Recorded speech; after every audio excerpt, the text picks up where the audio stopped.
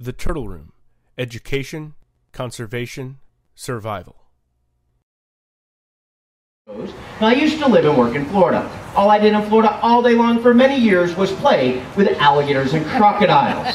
That was my job. I was the operations manager for the St. Augustine Alligator Farm and Zoological Park. I am one of about a dozen people in the world that has worked with, played with, and been chased by all 23 species of crocodiles and alligators in the world. He is an American alligator juvenile baby.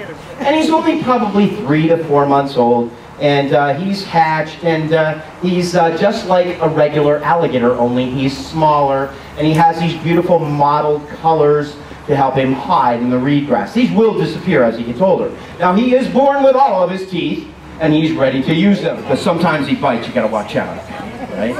And this guy's just eating bigger animals. So he's eating bigger snails, bigger fish, okay, bigger crabs, all right? Maybe he'll eat a human being. It's his sock. No, I'm kidding. Okay. But he might eat a duck. Godzilla, do you want to say hi to them? Yeah, no. All right, one wave. There you go. Good. All right, all right, now Godzilla is a baby American alligator. He's about 2.5 to 3 years old. Again, 12 inches a year up to their 6th year. So it's a much smaller animal, doesn't produce as many eggs. Only about 2 animals survive to be adults.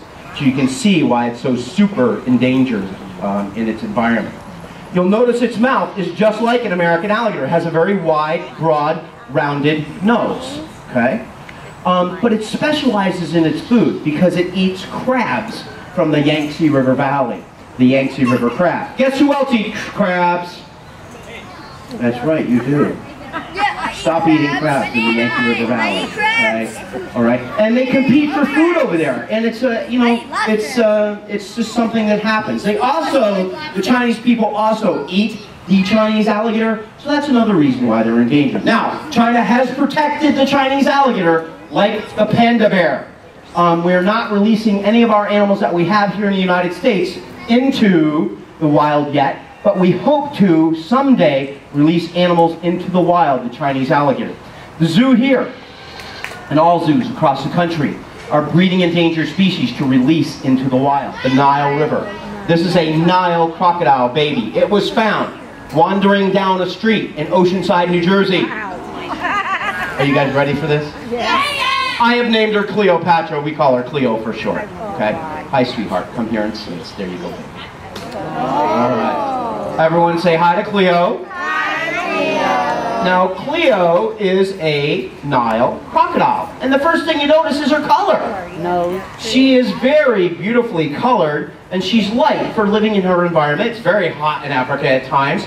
So she doesn't need all that black color that our American alligators need to absorb that heat. Also, her nose is very slender and very triangular, okay? When you have a very slender triangular nose, you are a fishy. Here we go. All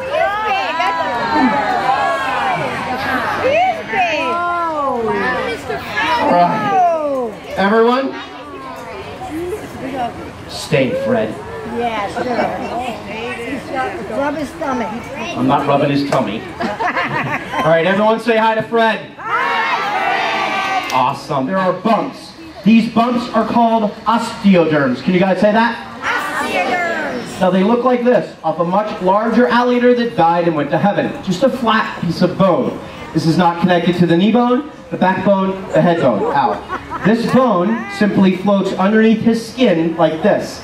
Sunlight comes down from above, hits the bones, makes them hot, it warms his blood up so he can move around. A simple adaptation.